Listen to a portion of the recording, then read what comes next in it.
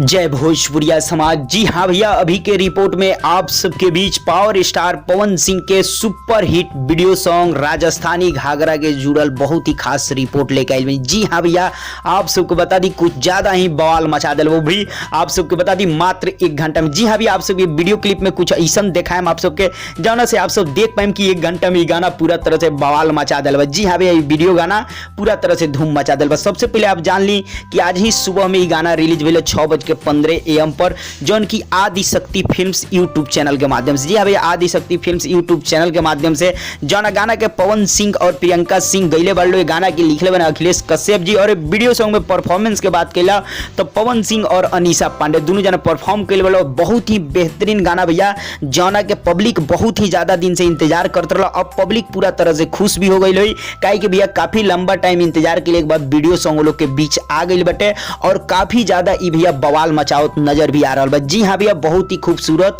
ये गाना के व्यूअर्स जा रहा बा, लाइक भी जा रहा बा, कमेंट भी जा रहा बा। जी हाँ भैया, अगर बात के लो मात्र 1 घंटा में बवाल मचाओगे तो जी हाँ भैया, डिस्प्ले पे आप सब तस्वीर देख सकते हैं। जन्म दिखा रहा बा 1 घंटा में 184 के, यानी 1,84,000 व्यू मिलल बा 1 घंटा में। अगर वहीं लाइक के बात कही जाए तो 1 घंटा में लाइक रहा 24 के और कमेंट रहा 15 के। जी हाँ भैया, 15,000 कमेंट रहा, 24,000 लाइक रहा, यानी काफी ज्यादा तगड़ा ये गाना के परफॉर्मेंस बाटे जौन की पब्लिक के प्यार आशीर्वाद से। जी हाँ भैया, 1 घंटा में देखनी आप सब रिपोर्ट जौन की पूरा तरह से इतना व्यूज पाके बवाल मचिल बा। सब लोग पब्लिक के गाना के पसंद कर रहा बा। आगामी आप सबके बीच और भी जितना घंटा का हुई सारा रिपोर्ट आप सबको बताओ जाम, लेकिन अभी आप सब जननी भैया 1 घंटा में बवाल मचिल बा, काफी ज्यादा व्यूअर्स प्राप्त किए बा। आप सब का कहल चाहता नहीं कमेंट बॉक्स में ये गाना आप सबके कितना पसंद आई जरूर कमेंट करके बताइए। चलते चलते वीडियो के लाइक करी और ज्यादा से ज्यादा वीडियो के दबा के शेयर करी। फिर से आ रहा बनी बहुत जल्द बढ़िया खबर के साथ।